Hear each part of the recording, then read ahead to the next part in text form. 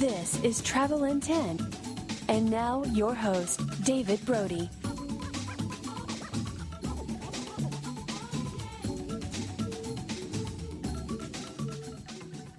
On today's edition of the Travel in 10 podcast, we're going to be traveling to Costa Rica with guide Crawford Hill. Crawford's been traveling to the region for many years. He started off as a biology teacher working in the States. He would take students on hiking adventures, climbing trips around North America and around the world, and it was on one of those trips that he really had an opportunity to get to know Costa Rica. While he was there, he fell so in love with the destination that he actually started the process that ended up seeing him buy a tour and travel company down there, Costa Rica Adventures. Since then, he's expanded it to a new company, Chill Expeditions, that's continuing to do educational trips around the world.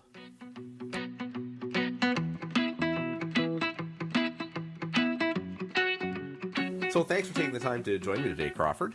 You're welcome. My pleasure. Looking forward to it. Can you start off by telling me a little bit about what first drew you to Costa Rica? Over the years, I got fascinated with mountains and traveling and did a lot of that and started leading student groups as a teacher.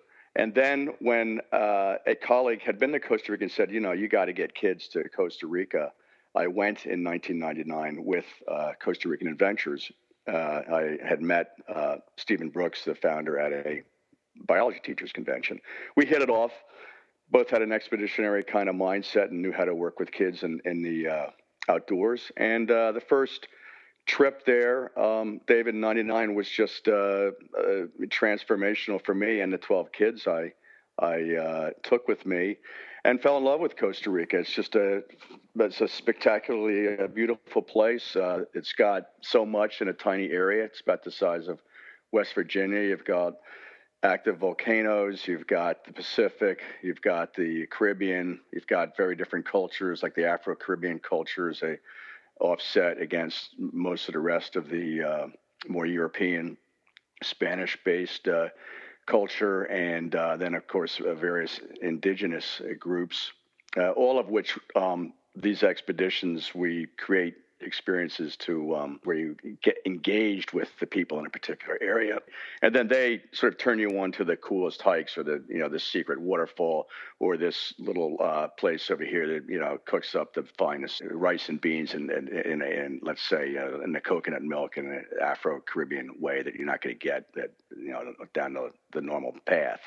For somebody who's going there for the first time, on a 2 or 3 week trip and experiencing Costa Rica for their first time, what would you suggest in terms of itinerary of a couple of things that anybody who's going really needs to see on that first trip? Well, that's a great question, because actually a lot of people want to know, they want to cram it all in a week, but you can't. However, 2 weeks, you can do a lot. You can do maybe more in 2 weeks in Costa Rica than you can do just about anywhere. 3 weeks, wow. So 2 weeks is, you can have a tremendous Pacific coast experience in 2 weeks. You can have a wonderful Afro-Caribbean experience, completely different, 2 different oceans. The cultures are very different.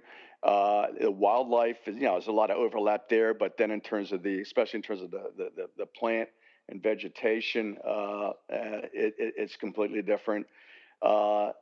So you have both coasts, and again, depending on whether you go north or south, there's variety on the Pacific, whether you're north or south, and same on the Caribbean. But you also can add a third critical component, which would be the mountains and the cloud forest, or even above the cloud forest, the Paramo. In 2 weeks, you can do all of that, and then everything you can do a lot in between on the sort of Pacific slope or the Caribbean slope. So, for example, the rafting, probably the best rafting is on the Caribbean slope. As the waters converge into these big rivers, such as the Pequare. And it's important, I think, if you do something like rafting, which almost everybody does, even on a really short trip, like a 5-day trip. It would still be important, if you can, and this is why I make this emphasis on finding a good guide. Rafting is an adrenaline rush. Everybody gets that. But we're interested in exposing folks to the intellectual adrenaline that ought to accompany even high adventure adrenaline. So, for example, in the rafting, it's really just rounds out the experience in a much more profound way. If you understand that, well, this river, the Pequare, is, you're in this gorge, it's spectacular, and every now and then you see these little pockets where there are these huts, and there may be a little zip line going across the river. Well, this is used by indigenous folks to get from one side of the river to the other, ferry supplies across, and their whole way of life is threatened because the river might be dammed. This is a constant issue. So we frame everything with sort of a backstory and then a front story to, well, what are the repercussions of this? And so that an experience like that, if the traveler can get together with somebody who can provide this added context, it makes the adrenaline rush not just physical or emotional, but also intellectual. And that's what we're into. So as a further component of that, we have a lot of our folks will want to have a homestay with the rafting guide or his family, because for example, on the Pequare, we work with a bunch of guides off from this one village. It's a really cool village up in the mountains, and where you can spend a couple days there with the family, tune into how they live in the mountains. You either have this experience on the river or the whitewater class 4, high class 4, class 3 rapids, safe but right in the edge where you're going to get a real adventure. And you're traveling with people whose life depends on the river, but and you're seeing these other people, the indigenous, who have been there for centuries, and it's just a much more informed experience. So that's and Costa Rica affords that everywhere. It's not just, oh, let's do this one-off activity, let's go zip line. Dare to sort of tune into a local guide who can share the ecology that you're zipping above in the canopy. So you don't just kind of whisk over this thing. You have some kind of an understanding of what's in these trees 200 feet above the ground, and then what's on the ground. So we need to do a hike on the ground so that we can better appreciate what we were flying over, so that you get a more coherent experience. Now, I mentioned San Jose is probably the gateway that most people come into to first experience the country. Is it a place where you would recommend spending much time? Well, that's a terrific question. At first blush, no, it is not. However, there are pockets, as there are in virtually any city in the world, where there's really cool stuff going on. But if you're going to spend, 8 days, 10 days, you probably don't want to spend a whole lot of time in San Jose, because it's the best stuff is outside the city. Costa Rican cuisine is maybe something that's not, known around the world, like maybe Mexican or cuisines from other places. What sort of food would people experience there? Everybody jokes about, Costa Rica, you can be eating rice and beans, gallo pinto.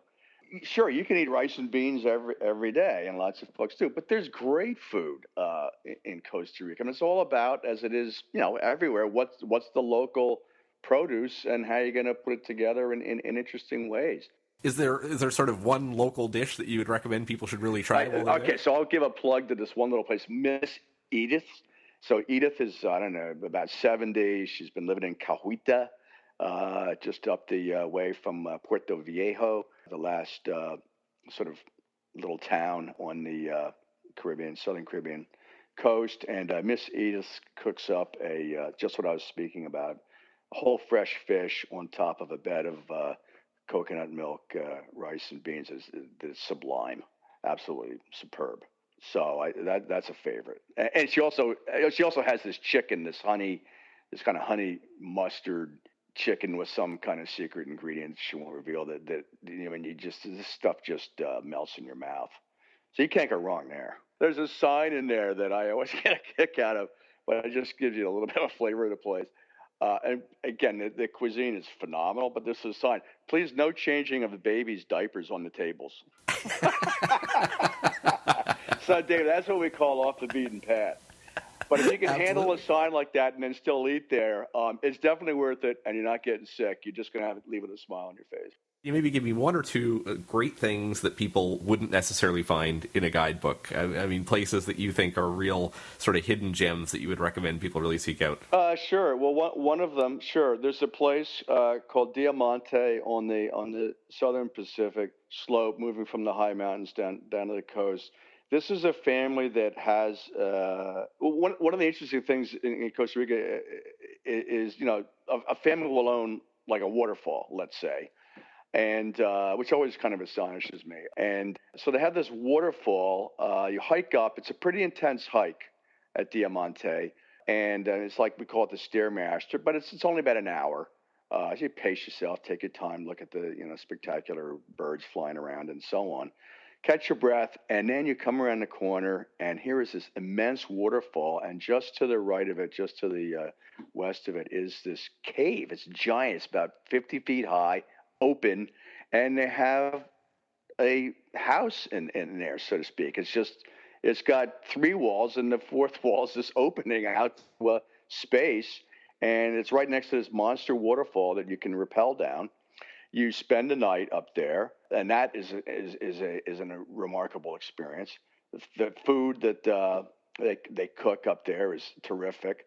And the next morning, you can hike up a little higher to this kind of the ultimate swimming hole that has a little mini waterfall that maybe 25 feet above the watering hole is a little cliff you can jump off of into the watering hole. I mean, you could spend a couple of days at this place, and it sort of captures the old swimming hole feel, but it's not just some little spot in Michigan or something. You're looking out, and there's tropical birds flying around. You can see the Pacific, and it's just got this exotic feel to it, but it's also got this kind of down home quality to it, and like you're spending the night in a cave next to a waterfall. I mean, and this is not in the guidebooks.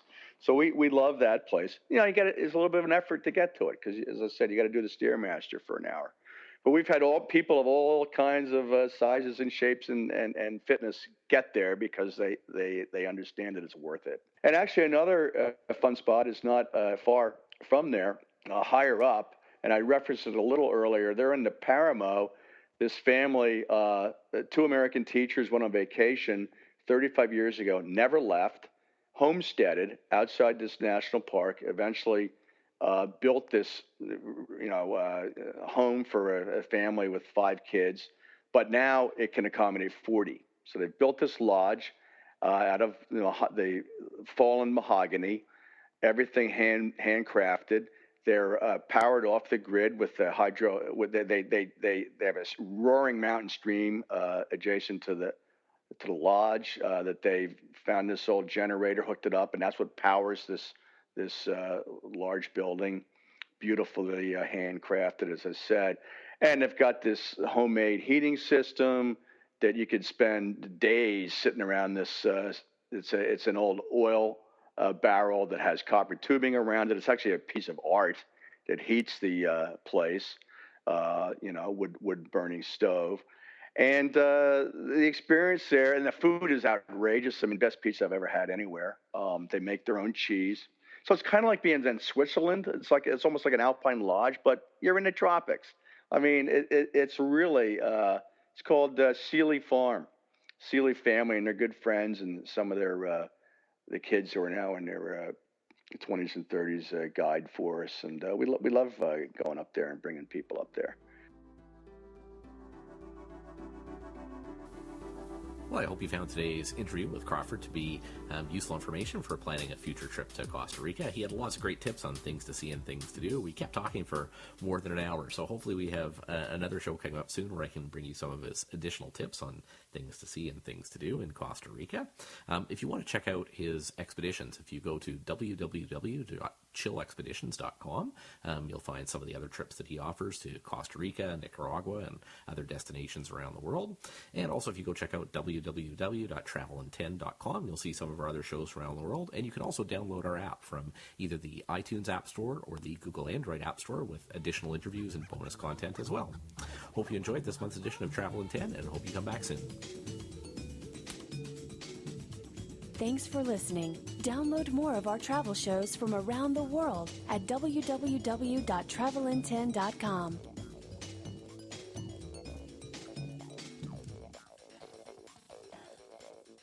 This has been a presentation of Travel in 10.